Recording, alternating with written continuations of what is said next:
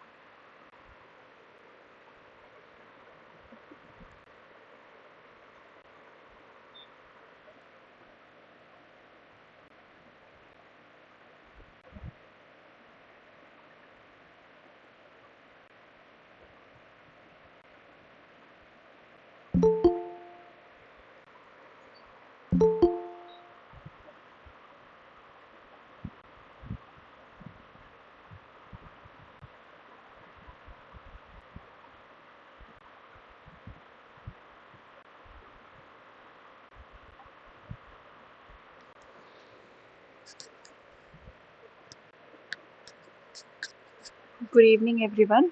I welcome you all to week 6 of this problem solving session for the NPTEL course Cell Culture Technologies, which is taken by Professor Manak Das.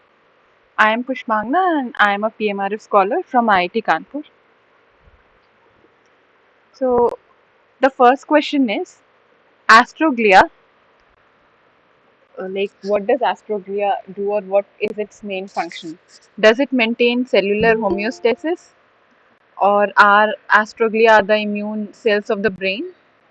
Do they form myelin sheath, or none of the above?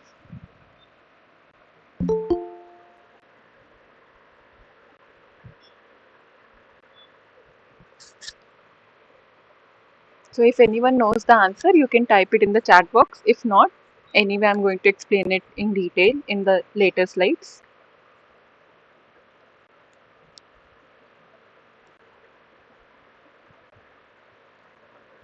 Okay, so I'll discuss it first and then I'll tell you the answer. So, basically, your astroglia or your astrocytes, which are here,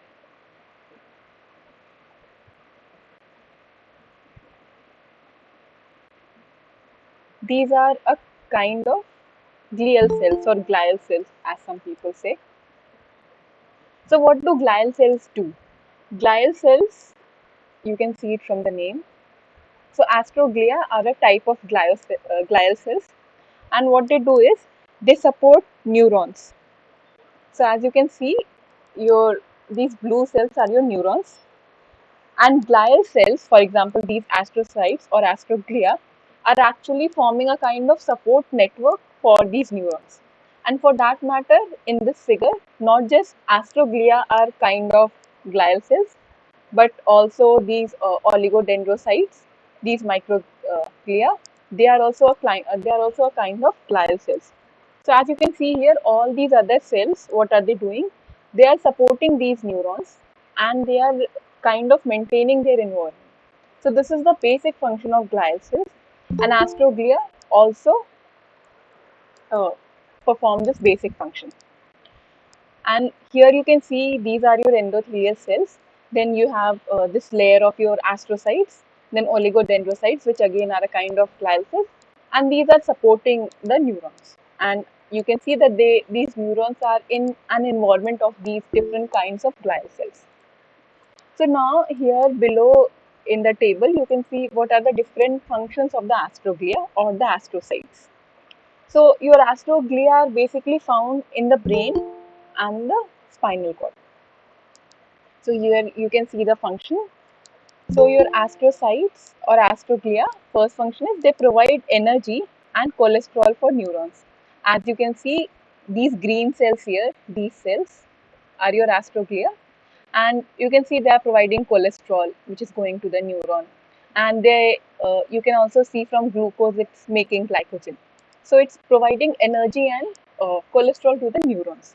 So this is the first role.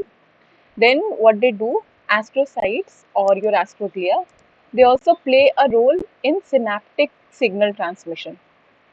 So synaptic signal transmission means the signal can travel from one neuron to another or within the neuron, and so they also, these astrocytes modulate synapses.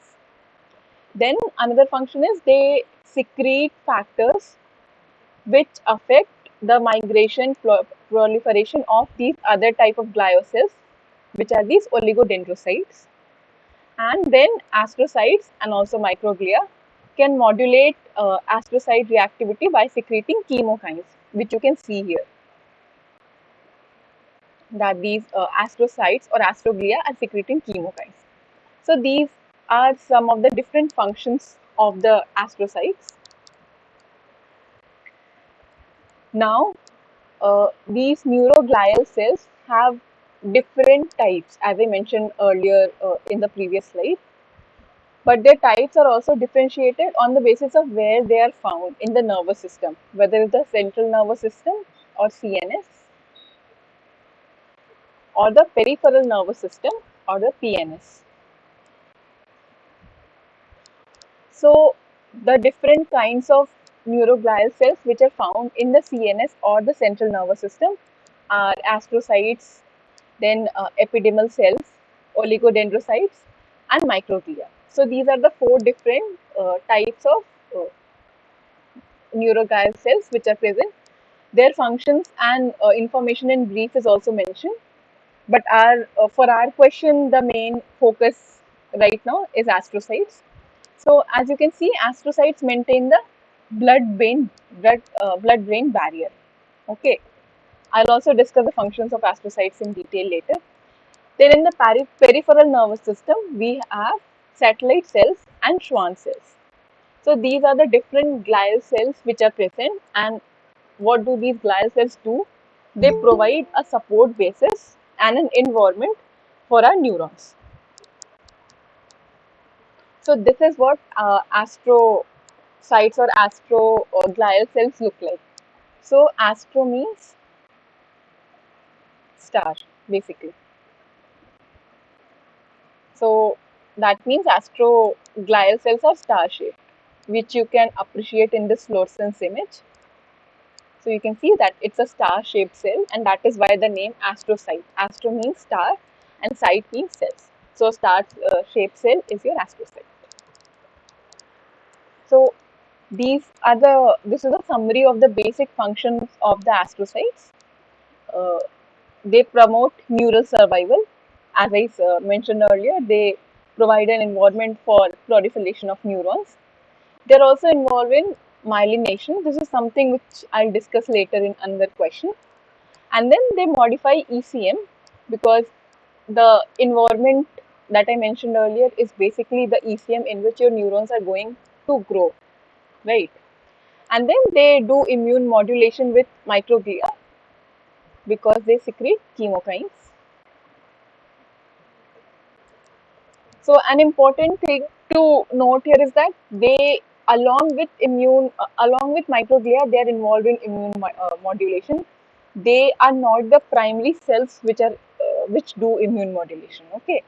Then they regulate the blood-brain barrier, and they also convert glucose to glycogen, and that is why they are glycogen energy reserves.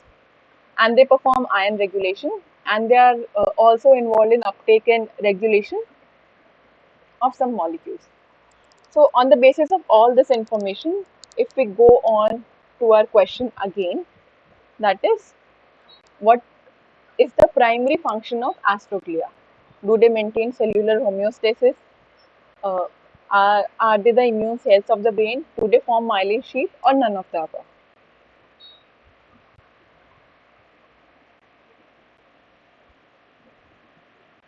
So I can see some answers. It's mentioned B.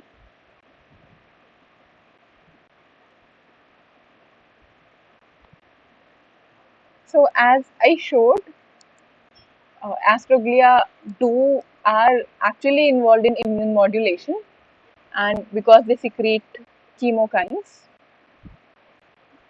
but they are not the primary immune cells of the brain.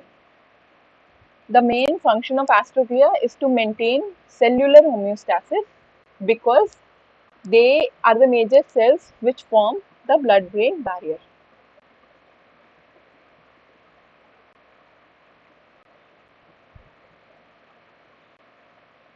Okay, so the correct answer is astroglia maintain cellular homeostasis.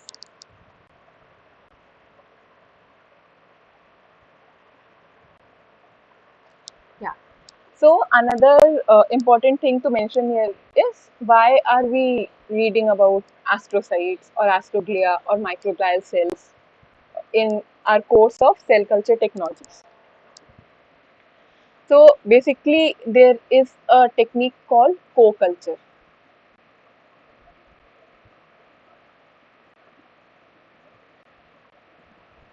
As the name suggests, co-culture means two things or things which can be done together. So co-culture means two cultures which can be done together. Now, if you look at this first image, here you can see there are neurons alone. So these green networks like cells which you are seeing are uh, from this is a picture of a culture where only neurons are cultured, no other cell is being cultured. So this is just one type of cell, that is neuron. However, in this second image, which is on the right, you can see neurons plus astrocytes. Now, what happens in the body is what we are doing in cell culture. Suppose we are culturing some kind of cell in our petri dish. Suppose I am culturing neurons. And then I'm looking at some, suppose I'm adding some factor X, and then I'm investigating how my neurons are behaving in presence of that factor X. Now, suppose I'm making some conclusion, I got some results, but what happens is inside the body, it's not like only neurons are present in one specific environment. Along with the neurons, different kinds of cells are present in that environment. For example, these astrocytes or the glial cells. And because they are forming the environment or the ECM in which our neurons are present, then their presence is going to affect how neurons are behaving. So in a laboratory, if I culture neurons alone and I do not consider other cells or other environment which are actually found inside the body, then what will happen? The results which I am getting here may or may not hold true, because for me I'm not taking into account the other factors which are there. So that is why this technique called co-culture is very important. It's still being developed, but it's mostly used in neurobiological cell cultures. So here, as you just by looking at the picture, you can appreciate the difference. That this is the neuron and this is neuron plus astrocytes. So just by introducing one kind of cells which are present in the ECM of these neurons, you can see the difference.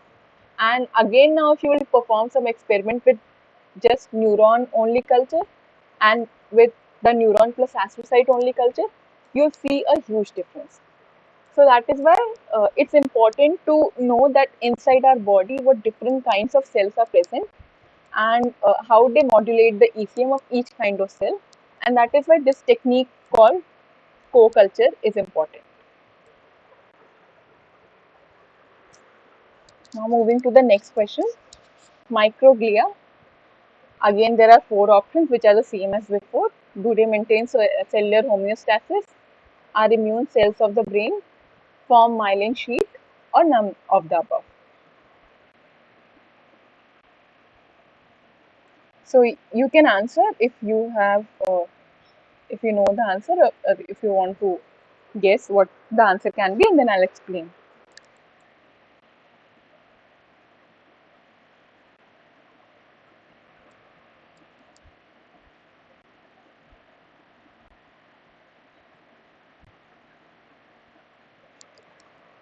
Yeah. So here the correct option is B. So I mentioned that the astrocytes, along with microglia, modulate the immune function. And in actuality, it is the microglial cells which are the immune cells of the brain. How I'll explain. Before that, you can see these green cells which you are seeing. These green cells. This is how the microglial cells look like.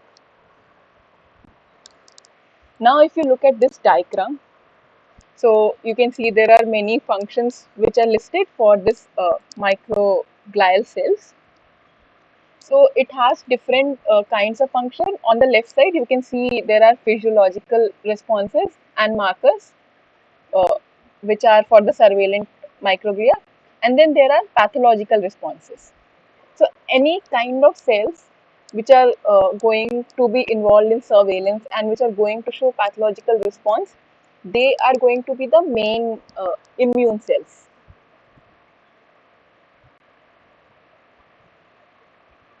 So in the brain, we have these microglial cells, which are the main immune cells of the brain.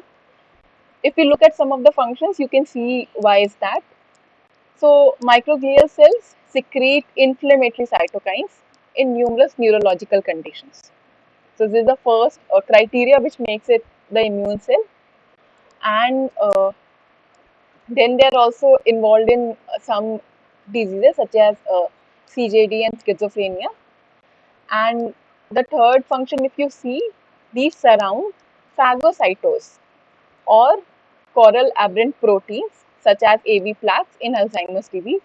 So any cell which is showing this function of phagocytosis will also be an immune cell, right? Then again, they can phagocytose synapses. Then here again you can see they can attack, phagocytose, repair or strip myelin in multiple sclerosis, which is again a disease. So there are numerous functions like these which make microglial cells the immune cells of the body, or sorry, of the brain. Now again, if we talk about culturing microglial cells, now from where will you get that primary culture, or of culturing just microglial cells alone, or for a co-culture? So suppose you have a mice here, then it's a pregnant mice, then you get pups from those mice.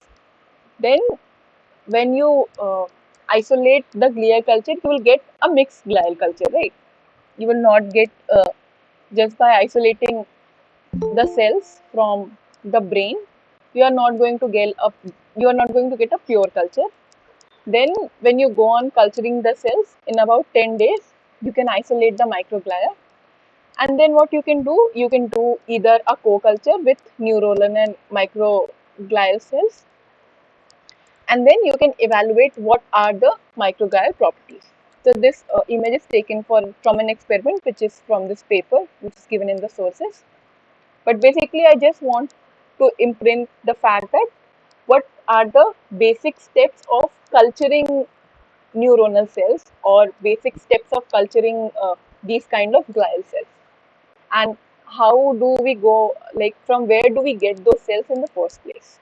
So this slide is just for explaining the basics of that. Now next question, density gradient centrifugation utilizes a column with density top to bottom. So is it decreasing density, or is it increasing density, or is it the same density, or none of the above?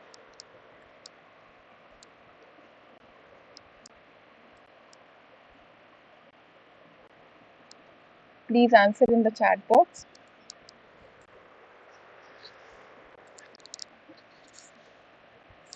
Yes, so the answer is correct. It's B. Density gradient centrifugation utilizes a column with increasing density from top to bottom. So as you can see here, so suppose this is our tube, and now I'm going to overlay different solutions of varying density. So here I'll explain the color scheme. So here the more dark the blue color, the higher is its density. Okay, so suppose I'm starting with a density of solution, and this is, I'm starting with the highest density which I have put at the bottom. Okay, suppose this is 50% solution, so its density will be the highest, right? Then there is another solution, same solution, but suppose it's a 30 30% solution. Okay, now what I'm doing is I'm overlaying. So I have a 50% solution. I have a solution whose density is 50%, whose concentration is 50%. That is why its density is highest. And on top of that, from the sides, from here, I'll add the same solution but at a different concentration, and hence its density will be less. So as you can see here, slowly I will overlay. Like from the side, I'll add the less solution of lesser density, and again suppose then I add 20%, then 10%. So this is a method of overlaying. So basically I'm preparing a tube which has solutions of varying densities.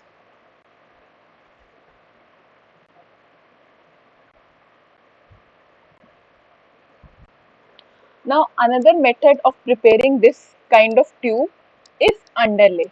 So this is the first method, which is overlay. Then we have a second method, which is underlay. What I do in underlay is I have this blunt needle. So this is a blunt needle,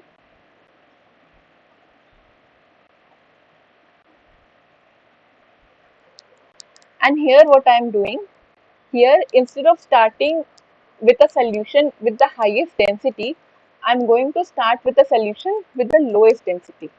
Okay, so suppose this is the solution whose concentration is 10%. So it is going to have the lowest density. And then what I'll do in the second step, I will have a solution which is 20% concentration. So its density will be higher than that of the 10% solution. And what I'll do, instead of putting it from the side, I'll directly insert the needle straight at the very bottom, at the very end, and slowly I'll like take that solution out from the needle. Then again, what I'll do, I'll go with the third solution, which has 30% concentration, and with the fifth solution, which has say 50% concentration. So here in both these methods, what is happening is you are getting a tube which has solutions of varying densities. Okay, but we are using two different methods, and in those two different methods, the first step that we are using is going to be different. Now, which method is better? Is the overlaying technique better or is the underlaying technique better? So it depends on you, but most of the labs use this underlay technique because there are less chances of the different densities mixing together. But in this overlay, if you increase the pressure on your pipette tip, what will happen? It will immediately fix. But same is the case also for underlaying, but still this underlaying technique is better. Now, if you leave that this tube for a long time, then what will happen? So this is not a continuous gradient.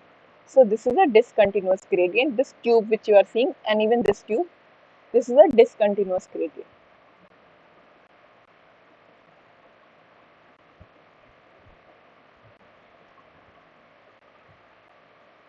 However, if you leave this discontinuous gradient for a long time, then what will happen?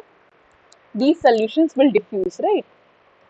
Even when they will diffuse, the part which has the highest density will settle down at the bottom, and the part which has the lowest density will be on the top. And this will form a continuous gradient because of diffusion. Okay, so this is the basic principle of a density gradient centrifugation. So whenever you are going to do a density gradient centrifugation, what will happen? Your particles are going to be separated on the basis of their size. also shape and their density, right? But you need to provide them different environments with varying density, which you can see here. So this is the top, this is the bottom, and we have solutions which have increasing densities from top to bottom. So you need to provide them an environment of varying densities so that they can get separated on the basis of the difference in their size, shape, and density. Okay.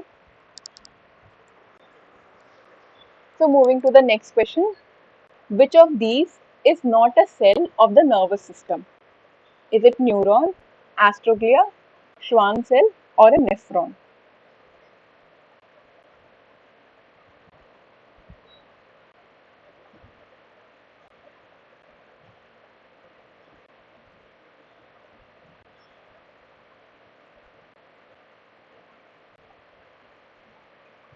Yes, so many people have answered correctly. A nephron is not a cell of the nervous system, and the rest others, neuron, astroglia, and Schwann cells, they are cells of the nervous system. Nephron is a basic cell of a kidney, not a not the nervous system. So next question, again we are going to talk at length about density gradient medium and density gradient centrifugation. So which of these is a recommended density gradient medium? Semi-prep, semi-osmo, opti-prep, or opti-osmo?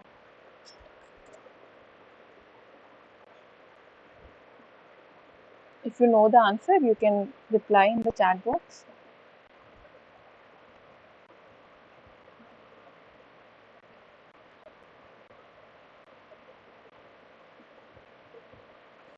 Yes, so opti-prep is the recommended density gradient medium.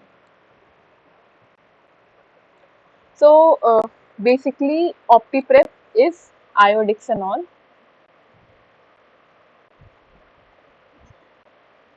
So it is 60% iodixanol, which is commercially sold in the name opti-prep. So this is the compound which it's made of. Okay. Now, if you look at this figure, here you can see different fractions which are labeled and different fractions which have separated. So fraction 1 has oligos. Here oligos mean the oligodendrocytes.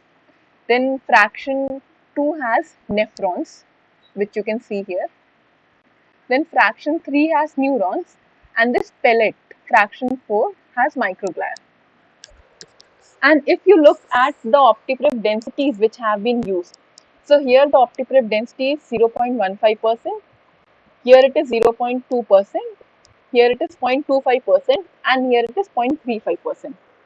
So from an entire culture of neural cells, you have, suppose you have different a mixture of, you have a mix of neural cells. So from this mix, using this density gradient centrifugation, where your density gradient medium is optiprep, so you have different percentages of optiprep which have different densities. Now what you have been able to do, you have been able to collect different types of cells. So if you want to culture oligodendrocytes, then you can collect fraction 1 from here. If you want to culture neurons, then you can collect fraction 2. If you want to, then again in fraction 3 also we have neurons. If you want to culture microglia, then you can collect this pellet.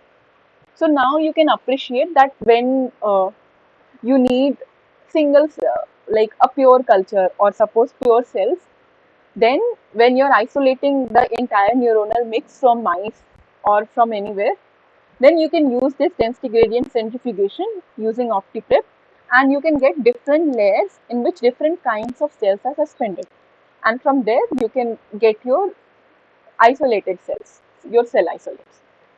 Then on the right, there is another image which is more or less the same, but I just used it because here you can see more clearly. Like you can see these cells are suspended here. So your fraction 2 and 3 have neurons, and then your fraction 1 has oligodendrocytes because they have the least density. Then as microglia pellet, that so they are going to be at the bottom of your falcon or at the bottom of your tube. Then next question. Based on your answer in question 5, what is the density of the recommended density gradient medium? So the density gradient medium that we discussed in question 5 was OptiPrep. So basically, does anyone know what is the recommended density of OptiPrep, which is sold commercially?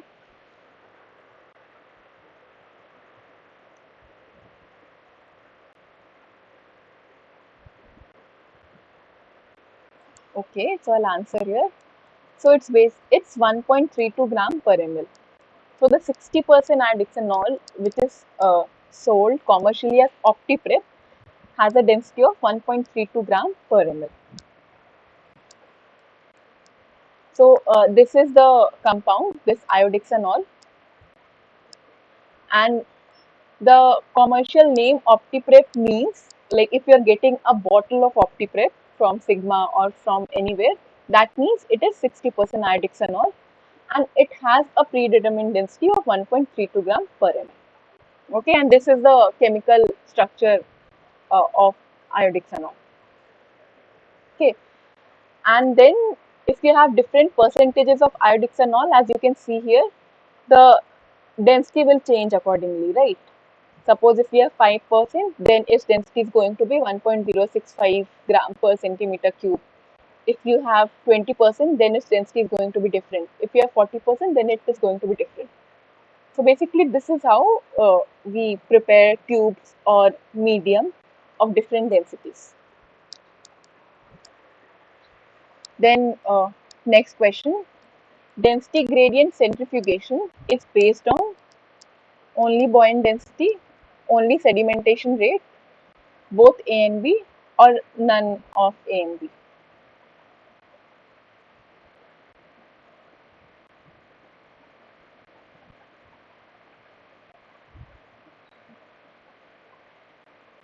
Yeah, so whoever has answered C is correct. Your density gradient centrifugation is going to depend on both of these factors, buoyant density and sedimentation rate. So now, what is sedimentation rate basically? So suppose if you have uh, if you have a mixture of sand, pebble, and other, suppose you have different kinds of sand, X sand, Y sand, like different kind of sand, meaning the size of the grain particle is different. Then what will happen? And you have this mixture, and you have shaken this jar or glass, and everything is floating. But you keep the jar on a table, and then you come after 1 hour. What you will see is that uh, not 1 hour or like any time. Then what you will see is that depending on their density, the particles are settling down. Like they're taking time to settle down depending on the density. So your pebbles are going to be settle the fastest, and then depending on the grain size, the sand particles are also going to settle down. Okay, so basically that is the buoyant density, the like the volume of water or the volume of the solvent which is going to be replaced by that particle. Okay, and your sedimentation rate is the rate at which your particles are going to settle down. Now, if you look at this equation, so this is Stokes law. If you look here, so here D is diameter of the sphere. So we are thinking that a grain size, a grain is going to be a sphere. Then this is density, and this is the medium density. So you can see here that your sedimentation rate or sedimentation velocity, which is V here, is proportional to the density, the difference in density of your particle and your medium. Okay. Now another important thing is, so this rate also depends on your gravitational force. Okay. So from this equation, you can think that what is going to happen is, the more the density of your particle or the larger your particle size, what will happen? They will sediment faster, because as you can see from this and this, they have they like the sedimentation rate or velocity is directly proportional to that. Okay, but particles which are smaller, like in this example also, your pebbles are going to be settled down the fastest. Your suppose X sand particles are bigger than Y sand particles, then your pebbles are going to be settled down first, then your X sand particles, and your Y sand particles, which are the smallest, are going to be settled at the very end. Okay. So now the sedimentation rate, it is sedimenting, right? It's sedimenting at the bottom.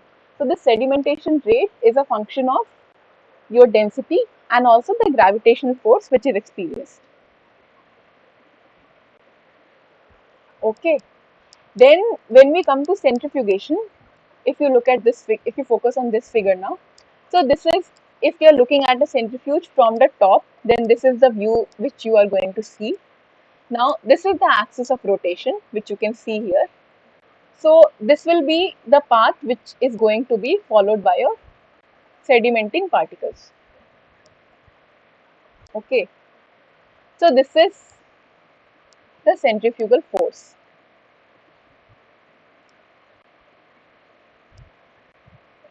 So here the force which is being experienced by your particle, and in turn the sedimentation rate will be dependent on your centrifugal force. Okay. Now moving on to the next, which is the other factor which we discussed, the buoyant density. So as I mentioned earlier, buoyancy or buoyant density is the volume of solvent or the volume of water which will be displaced by a particle. Okay. Now let's look at this kind of density gradient centrifugation, which uses sucrose solution, and again we have this 5% solution and 20% sucrose solution. So here this is also a density gradient medium, right? Now here, like here for this kind of density gradient centrifugation, suppose you want to separate DNA molecules which are of varying sizes, so small size, medium size, large size. So if you do centrifugation, then what will happen here, again on the basis of their density, they will settle down. Large size DNA molecules will be at the very bottom, then medium size DNA molecules will be above the large size DNA molecules, and small size DNA molecules will be at the top, right? However, in another type of centrifugation, which is the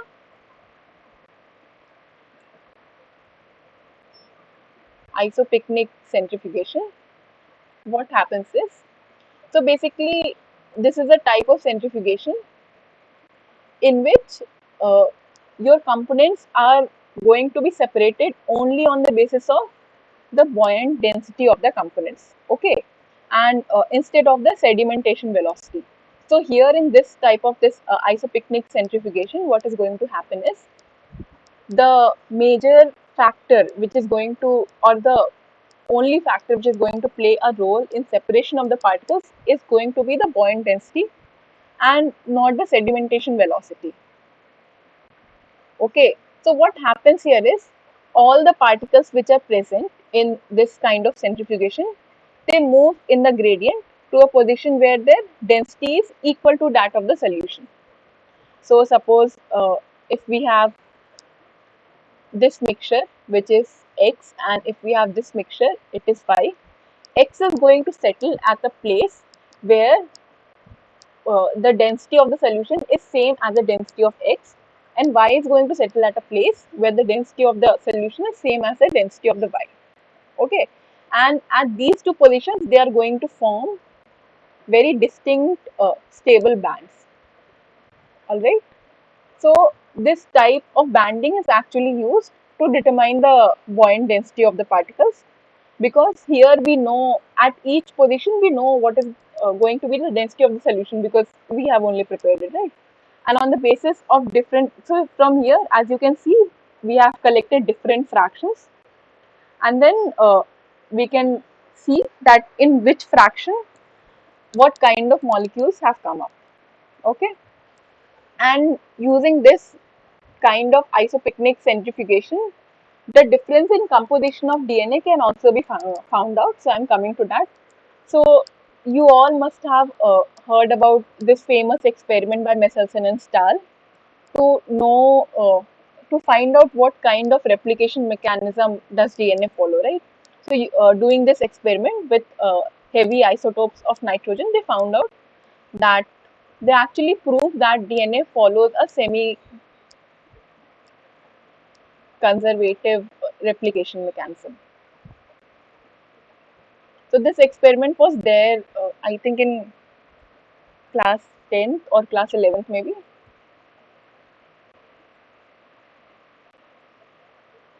Okay, so what happened is they used a cesium chloride density gradient medium, and using the cesium chloride gradient medium, they found out that because after several replication cycles, they found that this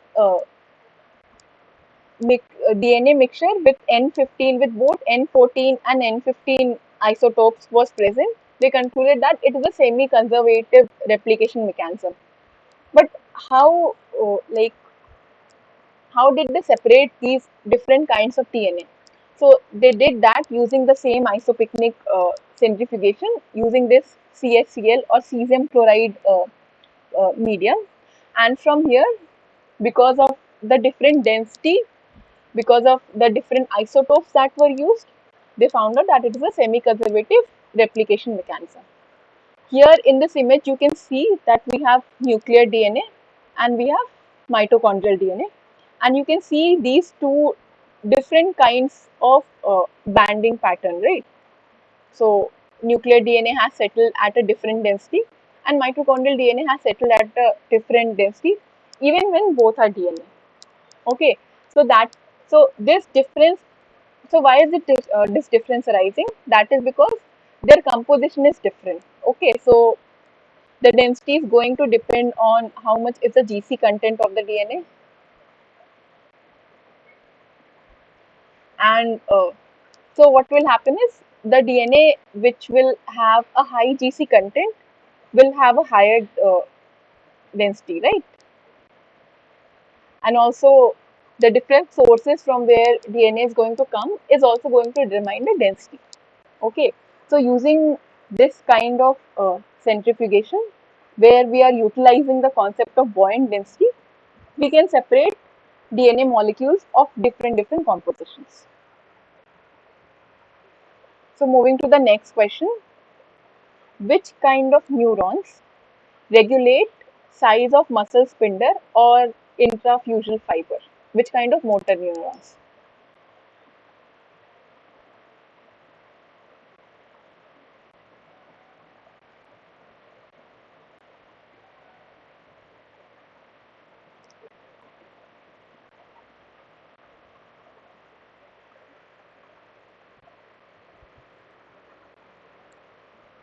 Okay, so here the correct answer is gamma motor neurons. So I'll discuss what are motor neurons. So there are different kinds of neurons: sensory neurons, motor neurons, and also interneurons. So sensory neurons are basically the neurons that carry sensory impulses, right, to the other sensory organs of the body. And then motor neurons are the neurons which carry motor impulses from the central nervous system to other specific locations. So this is the basic diagram of a motor neuron. So it has dendrites which collect signals, then axons are present which pass the signal, then it can have this myelin sheath, and this is the neuromuscular junction, which is the junction between the neuron and a muscle, and these are our muscle fibers. Okay. Now we have two different kinds of motor neurons. Is alpha motor neuron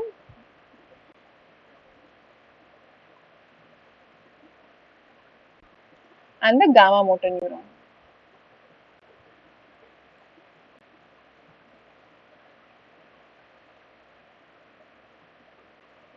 So here, this is the location. This is green one is the alpha motor neuron, and this purple one is the gamma motor neuron. Okay. So alpha motor neurons, as you can see here, are found in the extrafusion muscle fibers.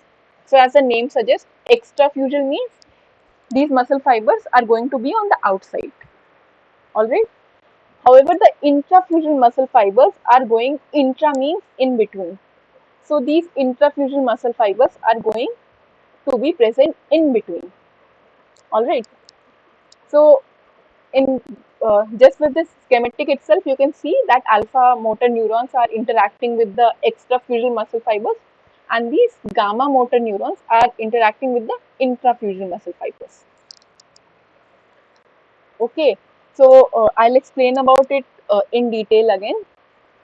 So these extrafusion muscle fibers are the normal contractile fibers which are present in the muscles. Okay, this is the tendon, and here if we zoom into this location which is shown in the box here, then uh, you can uh, you can actually appreciate the structure of the muscle fiber.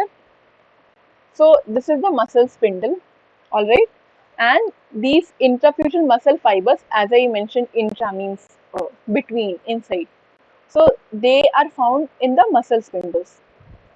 And here in the muscle spindles, we have our gamma neurons, and these gamma motor neurons are responsible for controlling the length of the muscle spindle, and hence they can control the contraction of the intrafusion fibers. Okay. However, as I mentioned earlier, extrafusion fiber size is also regulated by another set of motor neurons. So, what will be the answer here?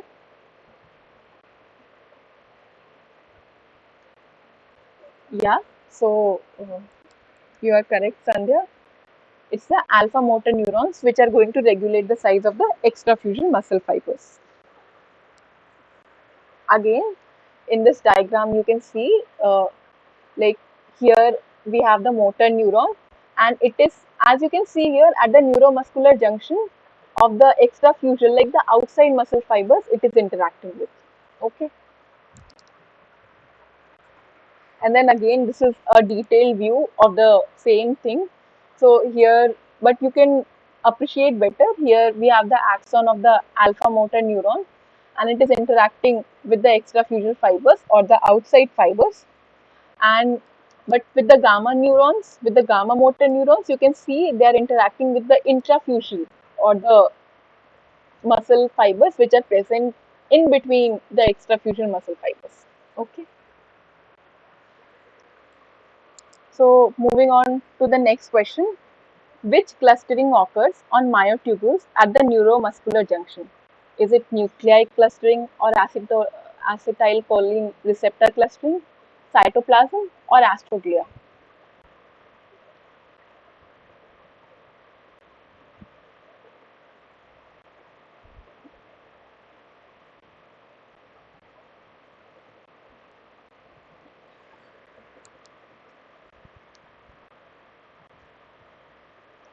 So the correct answer is acetylcholine receptor clustering occurs on myotubules at the neuromuscular junction. So what is basically acetylcholine? So acetylcholine is an actually an ester of choline and acetic acid.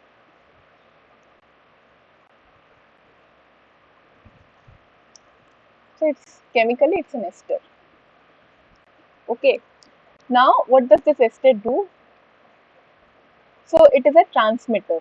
Okay, it's a transmitter of nerve impulses. So acetylcholine is a neurotransmitter.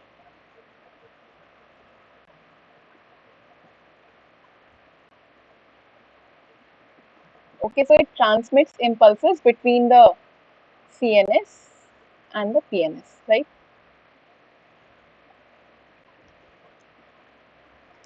Okay. Now, if you look at this diagram, if you look at, so this is the acetylcholine receptor, and here you can see on the top are the acetylcholine binding sites. If you look at the top view, you can see that there are five polypeptide subunits. So there are these five subunits. So your acetylcholine receptor has five subunits. Okay, and what happens is, so this acetylcholine receptor is basically a channel, an ion channel, and its opening and closing is dependent on like your acetylcholine, whether it is going to be bound to the receptor or not. Okay, so in order to explain the opening and closing of the receptor, I have included this diagram. So here we have our motor neuron. So this is the axon of the motor neuron, and then we have our sarcolemma. So sarcolemma is basically the fiber membrane. Okay, the muscle fiber membrane.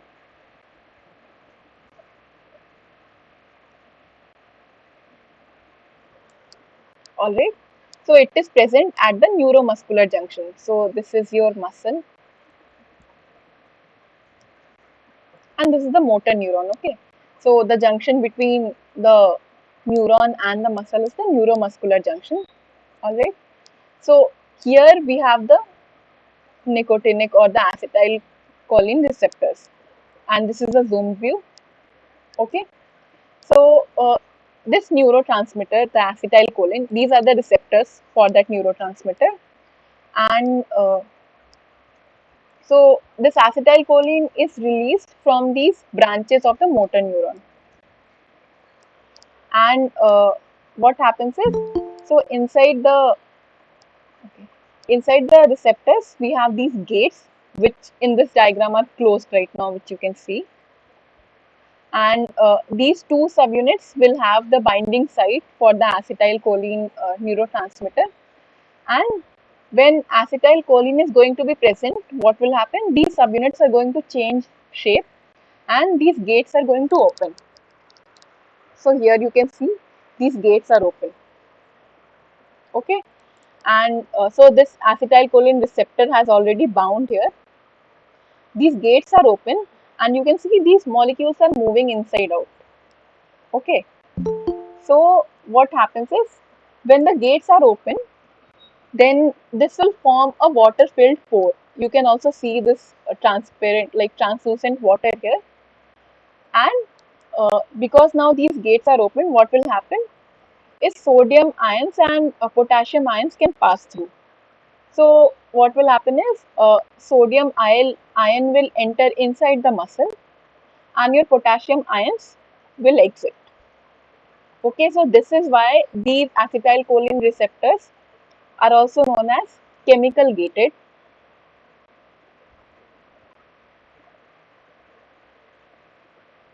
channels. Why chemical gated? Because acetylcholine is a chemical, right? And uh, the gating of the channel, gating means whether the channel is going to be open or closed, is being governed by the chemical, which is acetylcholine. And another name for these channels are ligand gated.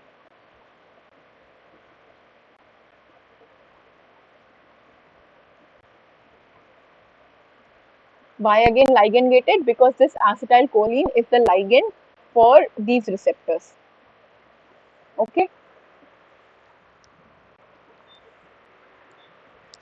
so yeah, so this diagram I included just to emphasize upon this neuromuscular junction. So here we have again our motor neurons. Then this is the basal lamina, which is present between. So there is going to be some space between the neuron and the muscle, right? So that is filled by the basal lamina or the synaptic, which is the synaptic cleft. And here we have our muscle. And here you can see these acetylcholine receptors, which are clustering at the neuromuscular junction. Okay, so that was the question. This clustering of acetylcholine receptor takes place at this neuromuscular junction of your muscle cells. So that is all for today. I'll stop the class here for now. This is the YouTube channel. which you can join. I'll also share the link in the chat box.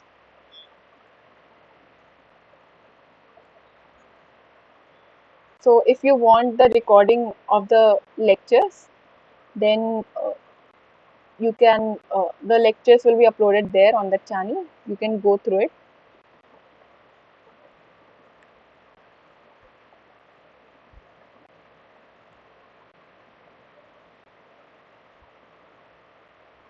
So I've sent the link in the chat box.